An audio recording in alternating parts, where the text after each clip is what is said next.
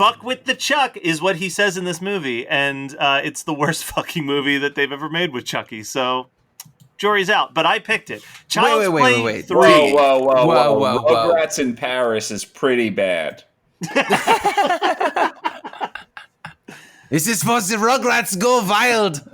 You know how much ire you're going to get on the group when they listen to the first minute, 30 seconds of this, and you say it's the worst one in the series? People are going to be like, Seed of Chucky! Seed of Chucky's great, dude. Yeah, I have a blast watching Seed of Chucky. I don't have an opinion. I don't have a dog in the fight. Why do I care about what people think about me? I'm the guy with the bias poll. So that joke is going to be so old by the time. Oh, it's super dated when this comes out, but I don't care. I'm calling you out, Brian. Yeah. But yeah, so Child's Play. So wait, do you guys disagree or just think that the listeners will disagree? I haven't seen I've never seen Seed of Chucky, so I don't know. But I didn't hate it, but I also didn't watch much of it. See, what I like about Child's Play 3 is the cameo with John Waters in it. And that's where it gets... Wait, I think you're talking about Seed of Chucky. Oh, yeah. And that's why it's a better movie. Yeah, Seed of Chucky, John Waters plays a paparazzi photographer, which is like a perfect casting. Oh, man. That's that scene alone makes it a better movie. What, do you want me to draw you a picture? Can you? Someone get this girl a pencil! So here's something that I learned when I was doing a little bit of research on Child's Play 3. And it explains a whole lot of what went wrong with this movie. So, first off, this is both Don Mancini and Brad Dourif's least favorite in the entire franchise. This movie came out 8 months after Child's Play 2 came out. Oh, how? So Universal already decided they were going to rush a sequel and told Don Mancini he had like a month to write the script and get it into production while they were doing post-production on Child's Play 2. Holy shit. And he said, like, I was completely, like, I had put everything in the Child's Play 2, and now all of a sudden I have to come up with a whole nother angle, and he's like, I failed. He's like, I absolutely failed on doing that. And I kind of agree. It does, like, this is a movie that when you watch it, it feels like, okay, we're rushing, we're throwing shit on a wall, because, like, one of the thoughts that went through my head is early on in this movie, so they build a new Chucky body from scratch. And that becomes an important aspect of the movie because now that Chucky has a new body, he doesn't have to put his soul into Andy. Because the rules were whoever the first person he reveals his secret to is who he's able to possess. What sucks is that Chucky doesn't realize this until he's shipped to a military base and tells this to like this random kid who the dumbest fucking child. I cannot figure out this kid's age because he looks like he could maybe be like 12 or 13, but he certainly acts like he's about 7 or 8. So like I'm very like thrown off by that. But when I was watching this movie, this thought came through my head, which was, man, wouldn't it have been kind of cool if he revealed himself to like the president of this toy company and just successfully took over that dude's body and then just started manufacturing a shit ton of killer dolls and just ship it, like just kind of going in a whole different direction with the thing, which apparently was not the original intention, but in the Cult of Chucky, they introduced the concept of him hive mind possessing a bunch of dolls. And that originated when he was writing the Child's Play 3 script, but they were told that they didn't have the budget to do that, where he wanted like different parts of him to be put in different dolls when they were building the new dolls so that he had control over all these different dolls at once. I actually thought that was what was going to happen because they melted him down.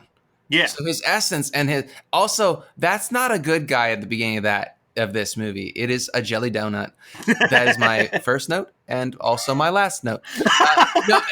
I don't mean that as I have no notes. I mean that as their book ended.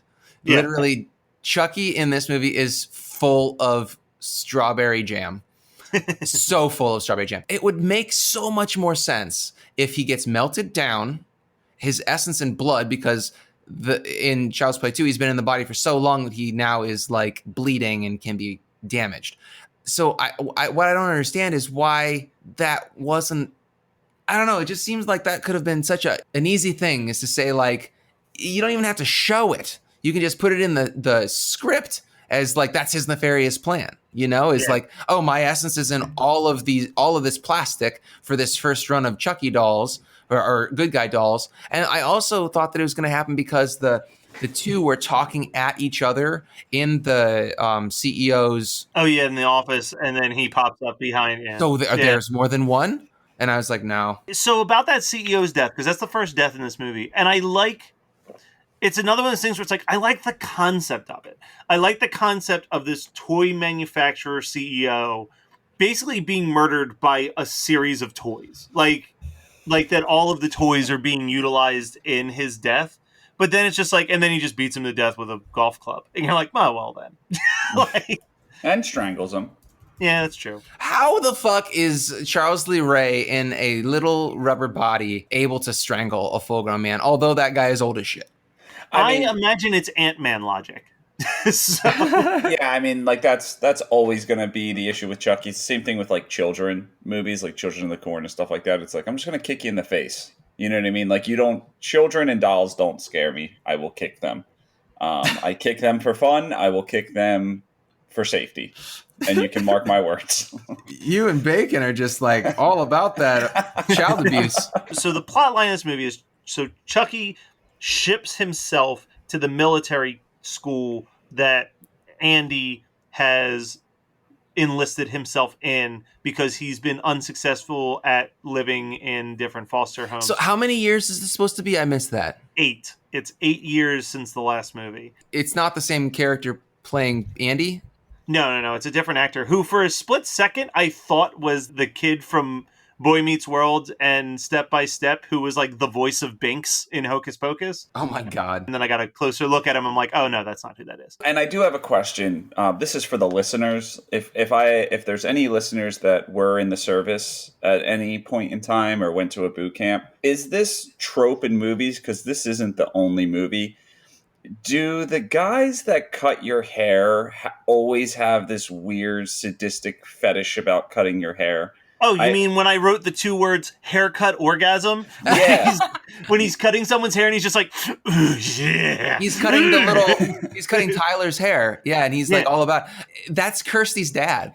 Yeah. That's Larry. Yeah, I was going to say, that's Larry from the Cotton. original Hellraiser. I was really excited because I thought that was Big Daddy from People Under the Stairs or whatever his character is. And I was like, no, other dad. Yeah, other Big Daddy. That same scene. So he's there and he's shaving the head and he's making that ooh yeah noises. And then he like throws Andy in the seat and he's like, I'm going to shave off your hair too and it's going to be glorious. And while Andy's sitting in that chair, the Good Guy toy commercial comes on. And Andy's terrified, but Taylor's like, "Oh, wow." And I wrote this note that I'm going to read for verbatim. That kid seems a little too old to be so excited by a doll, wrote the man sitting in a basement surrounded by toys. Well, at least you accept it. That kid is so weird. That kid makes me live. He's playing a Game Gear, dude. He's literally playing a fucking Sega Game Gear. I mean, if it's not, maybe it's the Sega. The Game Gear might have been the second round of their handheld from Sega, but I mean, because it didn't look exactly like my Game Gear from the like split second that you see it, but I was like, that looks like a Game Gear, bro. My favorite thing about this kid Tyler is that, like, again, I think that the actor is older than the character that they wrote, because there's scenes where he says something, I forget, like Chucky says like fuck or shit, and he just goes, "Don't swear, Charles." And he's like, "Stop calling me Charles." Yeah. And it's like such a reoccurring thing, but it's like, I understand, like Brian and I's niece gets very awkward about cursing still, and she's in middle school. But this is a kid who grew up on military bases.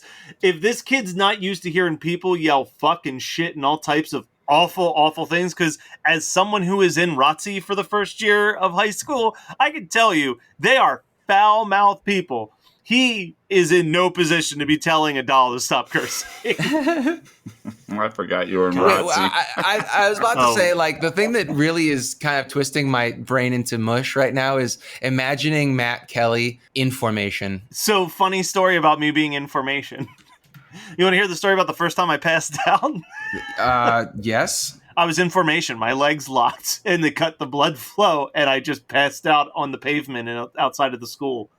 Oh, that's my biggest fear right now. That's what I've been told left and right, that standing up on an altar, you have to keep bending your legs or else you'll pass out. Yeah, dude, that was my fucking fear when we got married too. Okay, so here's a question for you. Are you guys doing like a church wedding? No. We're getting married by our friend's dad, who's a pastor, but like our biggest thing is like I've been to quite a few weddings that like I know, so like we want our service to be like 15 minutes. Yep, that's because what we nobody did too. really cares. You know what I mean? Nobody cares. The worst was, and like I love them. They're two of my best friends. Don't use last names. I won't. But my two friends got married in his family's like Greek Orthodox church. Oh my God, Greek Orthodox is so long. It makes Catholic it's like an Mass, hour and a half. Yeah, it's Catholic so Mass long. is an hour, and then Greek Orthodox. We actually shot a wedding at a Greek Orthodox wedding. I guess that was last year, and my God. It was my first and last, and it was actually our last wedding that we ever shot. And it was like you couldn't have gone out on a more excruciating note because you want to look busy, you know? And that's the great thing about like a 15-minute ceremony is that you are snapping pics for 15 minutes, and that gives you a lot of content. If you're snapping pics for an hour and a half, do you know how much work my wife has to do to like pick through the 5,000 pictures we took? And no one gives a fuck. You're just standing on an altar. Yeah. But yeah, I was in ROTC. So before we get back to your ROTC, Brian, just make sure that your blood sugar's up, but don't drink a bunch of caffeine that day. I am, but I'm also not. Right? I need to have my caffeine. But what I figured I'm going to do is I'm going to get there's Red Line. It's a really strong caffeine drink, but it's clear. I'm going to put that in a little flask, keep it in my pocket. And then I'm just going to do little hits. So I'm not chugging a bunch of caffeine before I go. And I can just gradually stay awake throughout this entire process. I mean, that's a good idea, but also maybe don't put it in a flask because you don't want people to think that you have fallen off the wagon. Oh, I think that's part of the appeal. Yeah. Why don't you put it in? Oh, you know those like the travel size little spray bottles? Put it in that and just shoot in your mouth like Listerine? Yeah. Well, like from Happy Season 2. I mean, we can dive back into Child's Play 3. I don't really have a ton of ROTC stories. I was very bad at it. When you join ROTC as a freshman, they would like promote you throughout the year. So you all started as private, and then like eventually they would move you to private first class, and then as you continue to do more and more events with the ROTC, you would keep raising. And like my teacher for the ROTC class was just a senior who had been like elevated to like, oh, he's like drill sergeant level, so like he gets to teach this class, while like the two actual teachers just like hung out in their office the whole time. It was fucking wacky, and most of the kids who were in ROTC were fucking wacky. But like literally by I don't know November, I was like, yeah, this isn't for me. Like I just realized like I made a huge mistake. The main appeal was I suck at learning languages, and I had to take language or ROTC. So I was like, all right, well, I'll just take ROTC. That seems like a really weird ultimatum. Yeah, one or the other. Very much so. So I was like, yeah, I'll do ROTC. That'll be fine. And like that's when I also realized that my head is like super weird shaped because it was shaved all the time. But that actually is. Sorry, I can't wrap my head around this. If you decide that you're going to go to the military, which will probably require you to go to a different country at some point in your life, we don't think it's important that you learn that language. So we're going to let you. We're going to let you slide. You know. But if you want to be an electrician, you better brush up on your French. So what ended up happening was like in October, we did an overnight weekend trip, which is the one that was when I got to be at Camp Crystal Lake. We did an overnight at the actual camp in New Jersey that they shot the first Friday the 13th, which was cool. And that was kind of one of the main reasons why I signed up to go. Was I was like, ooh, sightseeing. But that was like anybody who went on that trip got promoted up to private first class.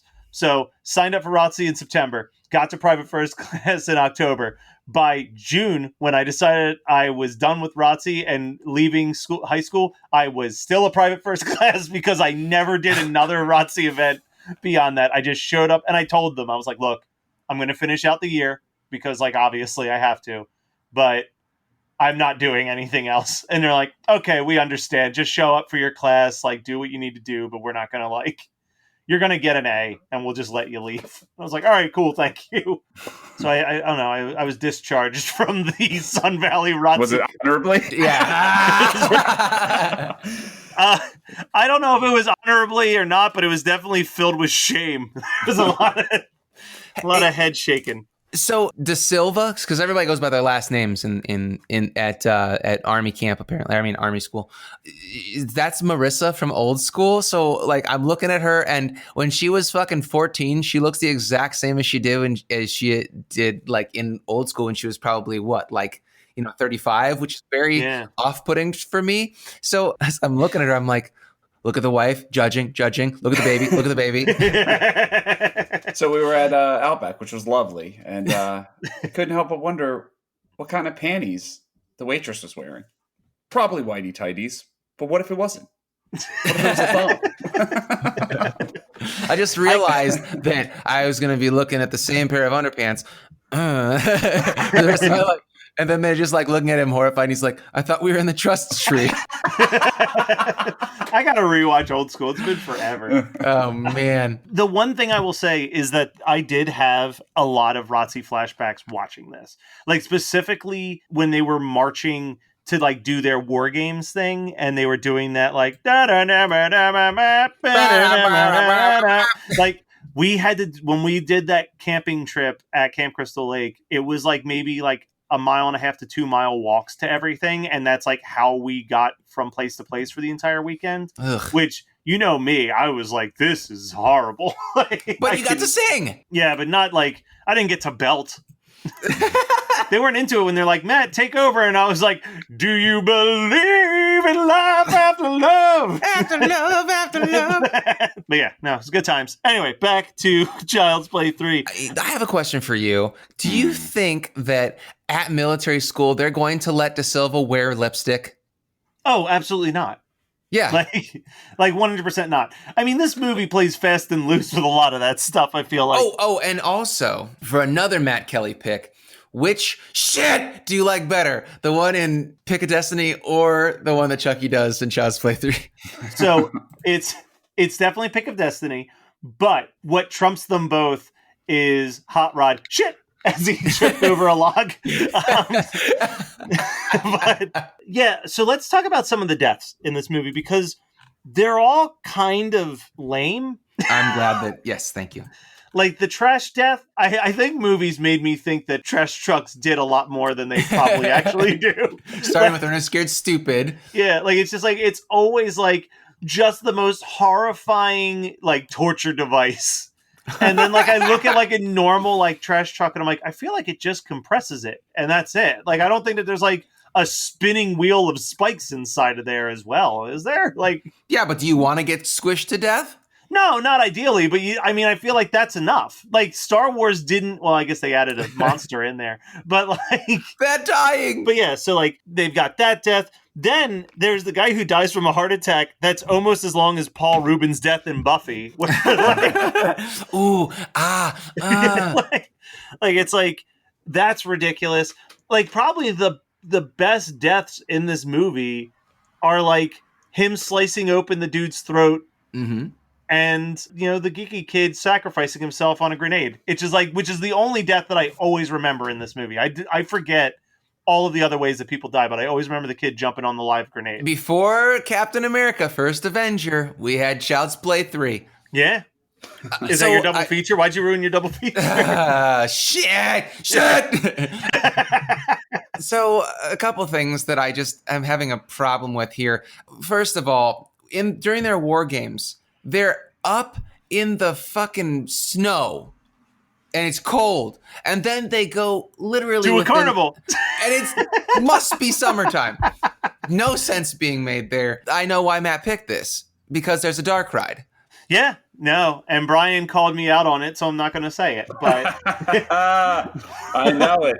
I shouldn't have called him out because he would have said it. Brian was up here for a week and he was like, I forget what we had just reviewed, but you were like, I was shocked you didn't say this when we recorded this episode, but like, I know for sure you're going to fucking say this during Child's Play 3. Oh, you're going to be like, 3. oh, Jaws 3. You're like, wouldn't it be cool if that was like an actual ride? Yeah, because I'd ride it. 100% he felt that. Remember that shitty walkthrough thing in Jaws 3 where like eels pop out at you? That is a Matt Kelly ride if I'd ever seen one. And that is a Matt Kelly ride so much to the point that, Scott, you don't know how family vacations are, but there's rides that Matt enjoys, and then there's rides where like we'll go on a trip and it's like, let's ride this ride. That was fun. Now Matt's like, oh, I got to figure out how I can pencil that in one or two more times. And that's mandatory fucking fun. And that's one of those. It's 100%. It's 100%. Like, I'm trying to remember what, like, obviously Disney's the big one because I'm like, well, we got to do the Haunted Mansion a couple times. We can't just do it once and call it a day. But no, I think the other thing that you need to know about me is if I'm anywhere and I see that there's a Ripley's Believe It or Not museum nearby, I'm going. Like, I love just walking around weird wax museums. Dude, like a Ripley's Believe It or Not. We went to one. Did I tell you that last summer when Megan and I went up to Hamilton, Ontario, we stopped at Niagara Falls and we went to the Ripley's there? It was a huge rip, dude. It sucked so they bad. Are. They're all terrible. But they it's in the name. But they suck Matt Kelly in every single beach that I go to. But I keep forgetting who I'm talking to. Thank fuck you don't have, I'm going to say this in the meanest possible way, but I don't mean it that way. It's so good that you don't have like legitimate financial responsibilities because you have no way of stopping yourself from spending money on dumb shit like Ripley's Believe It or Not.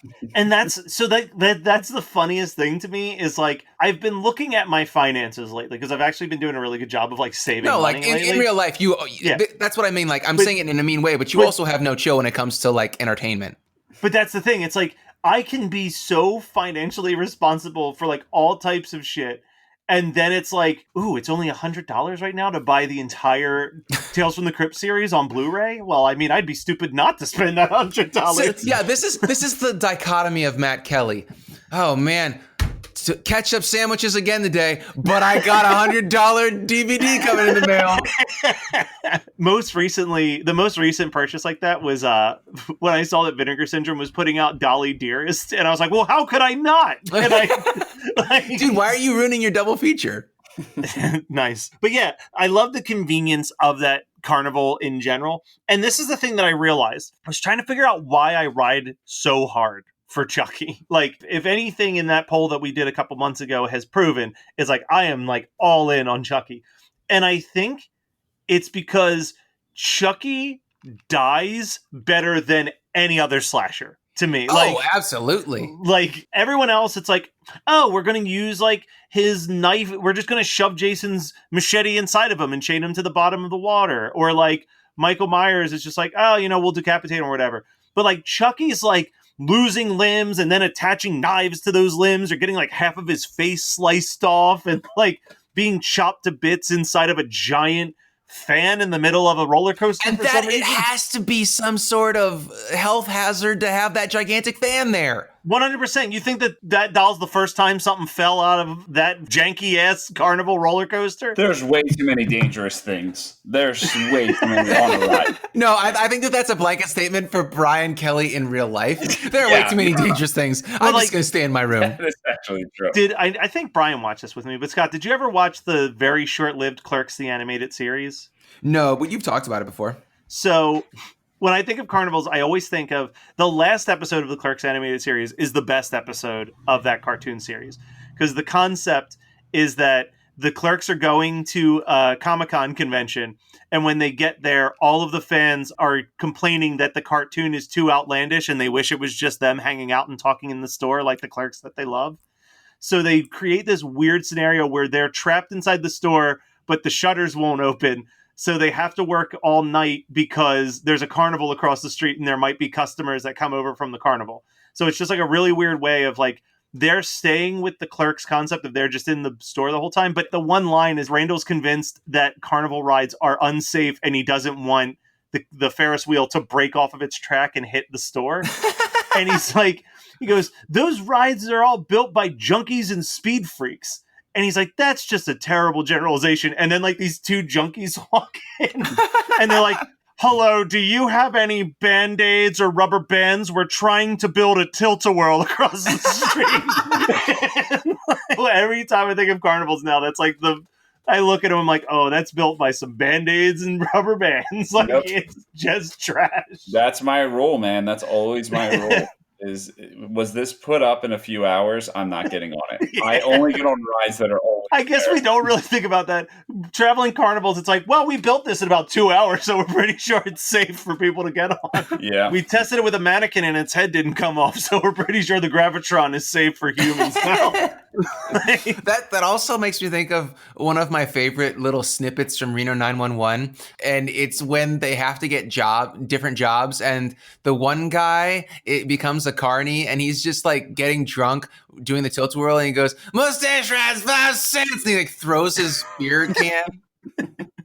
Oh god, what a show! I'm glad it's coming back. Yeah, but it's coming back on QB, which is not. And those are 10-minute episodes. I mean, I guess we shouldn't complain. It's still fresh content, right? It's funny because I saw someone share this. The creator of QB did an interview where he said that coronavirus has really ruined their platform's launch plans. Like, he's like, it really affected our ability to have a successful launch. And someone was like, yes, people being stuck inside, starved for content is what's hurting your app from people wanting to watch content. Yeah, that's the dumbest thing I've ever heard. I mean, the problem is that you can only watch it on your phone, which I think is stupid. Like, I get that it's these short 5-10 minute things, but like, get a fucking app where people can download it onto their Apple TV. Like, I don't want to watch, if I want to binge all the episodes of Reno 911, I don't want to do it laying on my bed on my phone. Like, that's not the ideal circumstance for me. I want it projected on a TV where I'm doing a bunch of other things and not paying attention the way I watch most things. Well, Apple TV is irrelevant. I guess you're thinking Amazon Fire Stick. Yeah, whatever. Yeah, Apple TV, I could just cast my phone to. I was going to say the same thing. I was like, you can do that right now. I'm thinking of Fire Sticks then, yeah. My Amazon Fire Stick. Anything else that anyone wants to say about Child's Play 3? My book-ended comment, that is not a Chucky doll, that is a jelly donut. Mm-hmm.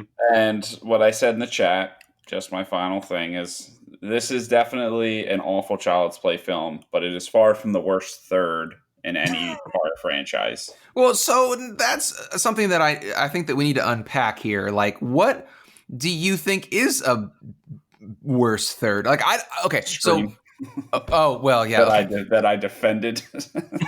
Yeah. So wasn't Brett on that episode? Yeah. So what else? Like, what? Because some people might be like, "Oh, Hellraiser, Hell on Earth," and I'm like, "No, Hellraiser, Hell on Earth is fucking fun." But like, that's the problem that I had with this movie, is that it's just not like a whole lot of fun. It's really not that bad of a movie. It's not like unpalatable. It's just not very interesting. And I think it moves quicker than I was willing to give it credit for, because like there was a point where I was like, oh God, is this almost over? And then I like hit the button.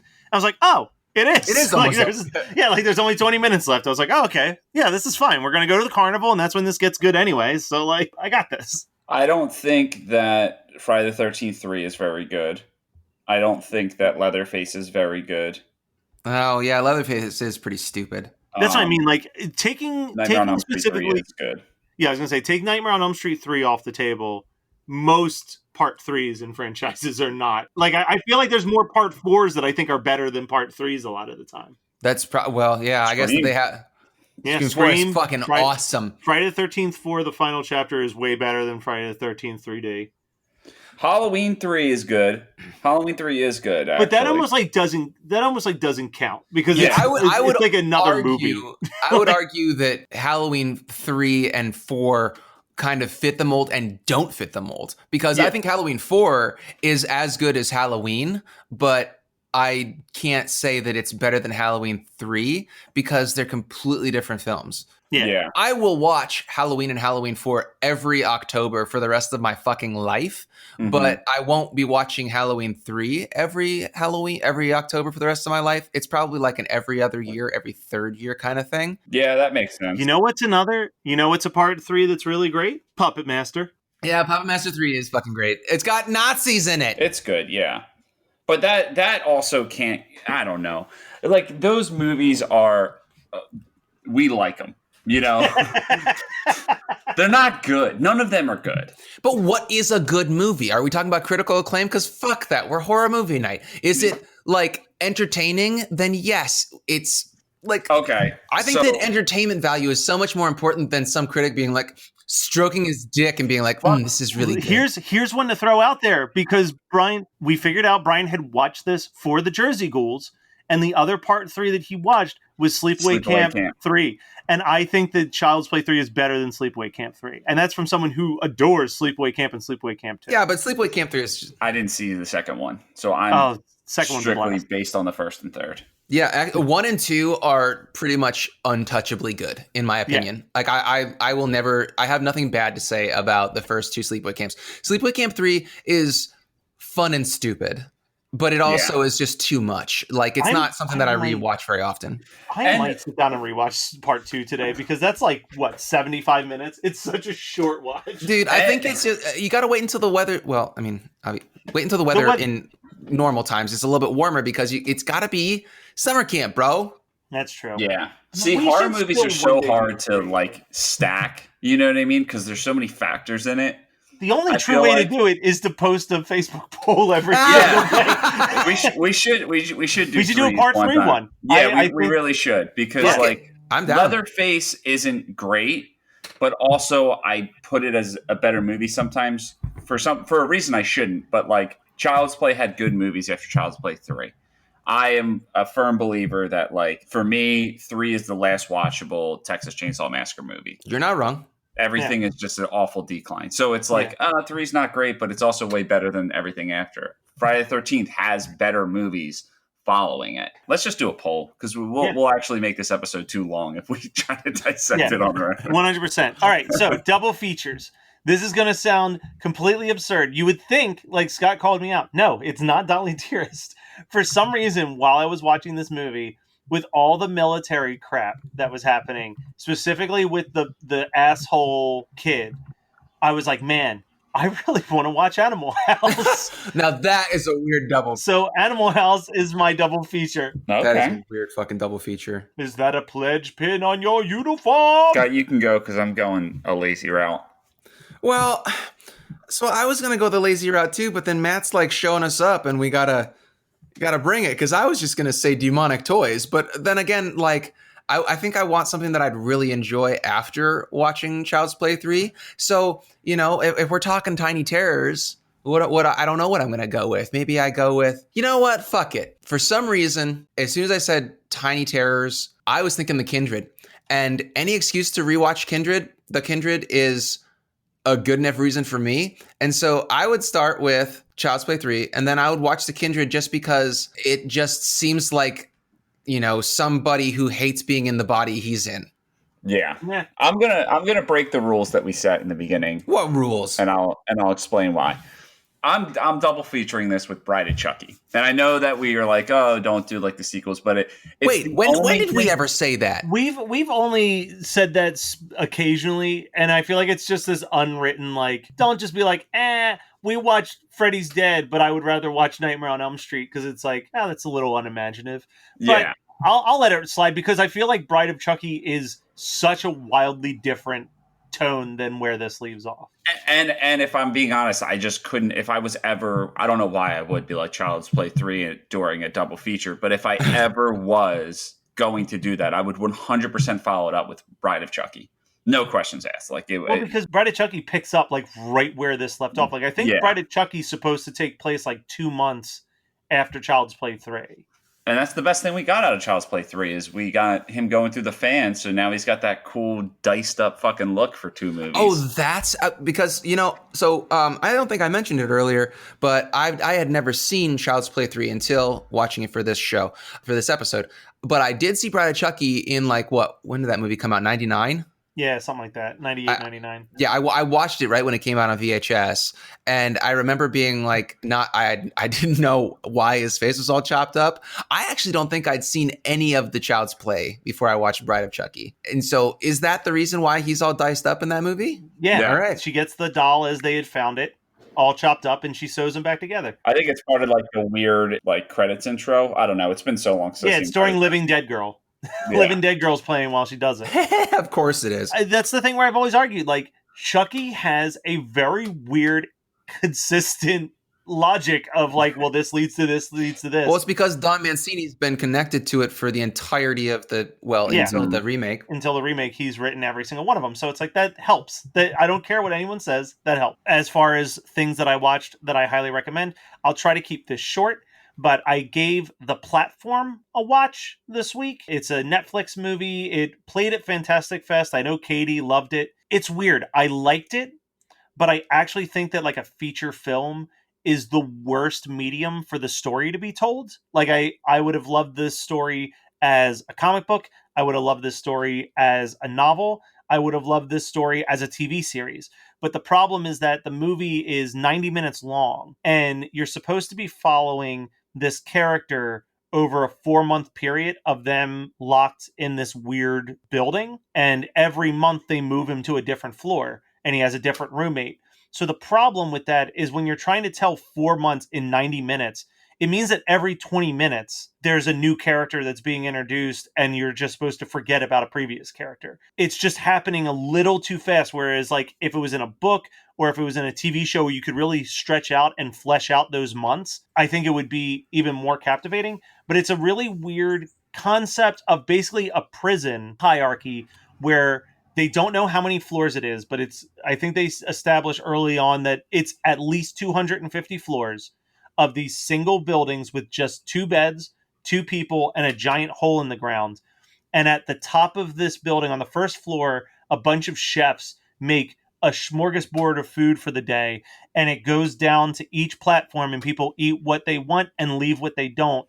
And that's the food for the day. So if you're on like the 200th or lower floor, there's a good chance you're just starving to death for the entire month that you're down there, unless you figure out another way to survive. And there's no rhyme or reason to why you move to what floor each month. So it's just following this guy during his 4 months of confinement. But it's a really interesting, it's very Cube-esque. I would recommend watching it, but again, I think I would have loved to have seen it done in literally any other medium than a film. Okay. Interesting.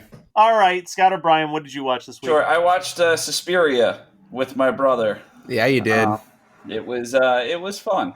It was fun. This is the original Suspiria.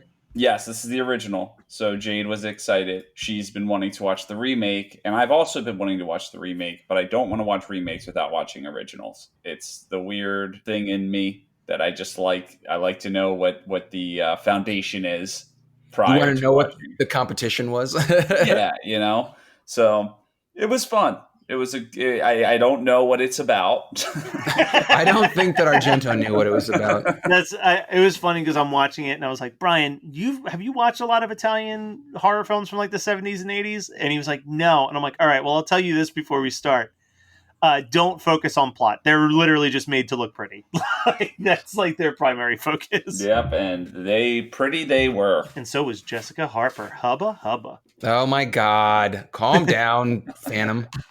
All right, Scott, how about you? So keeping in the spirit of Child's Play, this was a complete coincidence, actually, but I wanted to talk about this specifically because it has love, death, and robots in it. Have you guys watched Love, Death, and Robots on Netflix yet? No. So it's not new. It's an anthology series that they did. I think there were like 13 or 14 episodes, and they're about 10 minutes long. It's super, super digestible.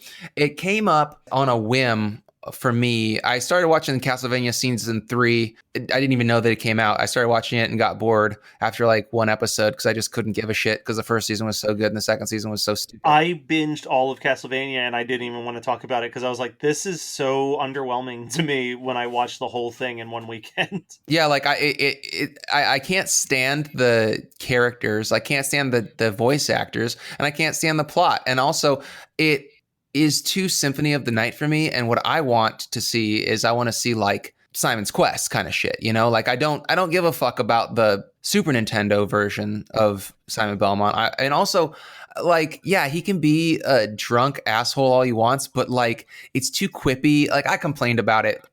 This is actually my third time complaining about Castlevania on the show, I think. But like for one of my all-time favorite Nintendo game series franchises, TV show is really just not for me. So I watched one episode, gave it a chance, and it was just fucking dumb. And because of watching that, Love, Death, and Robots came up, and I was like, oh yeah, I remember them suggesting this to me when it was new. And so I I watched the first episode, and I was immediately hooked.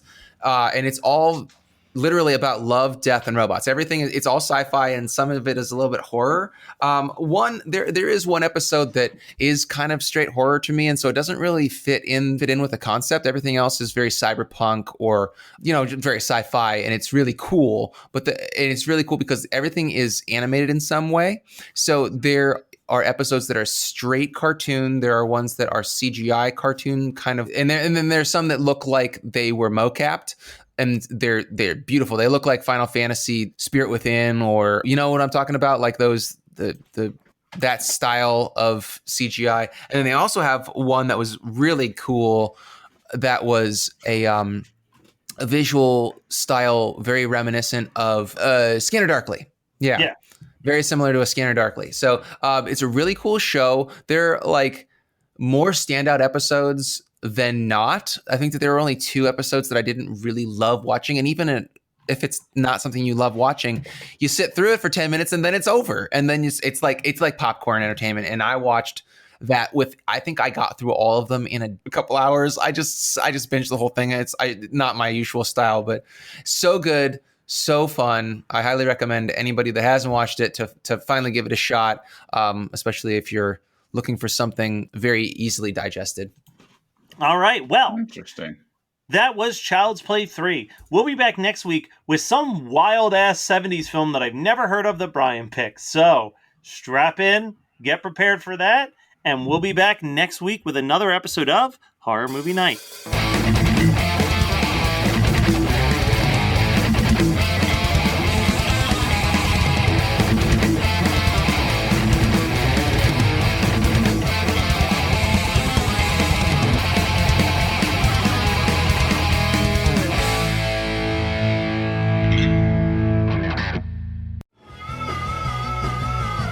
You're listening to the Geekscape Network.